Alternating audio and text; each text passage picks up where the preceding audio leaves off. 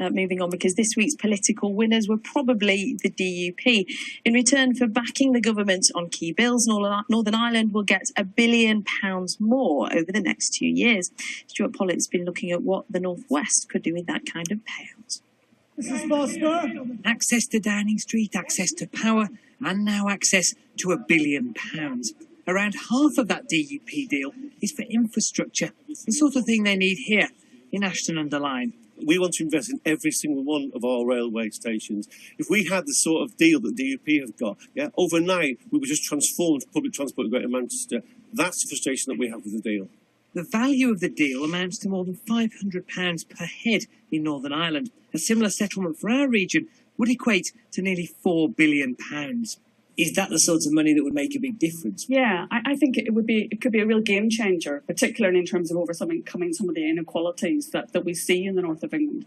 If you had that type of investment in health and education, you could make a real step change in terms of the north's potential.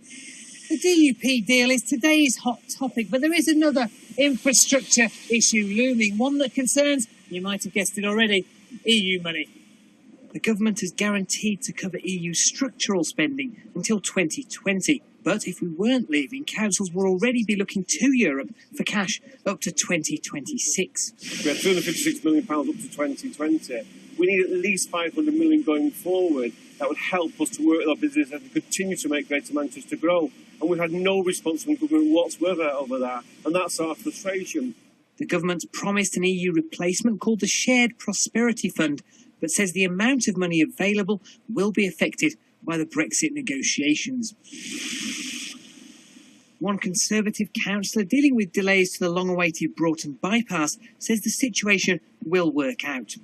I'm not too initially worried for the future because we have projects in place to 2021 which have the funding for them.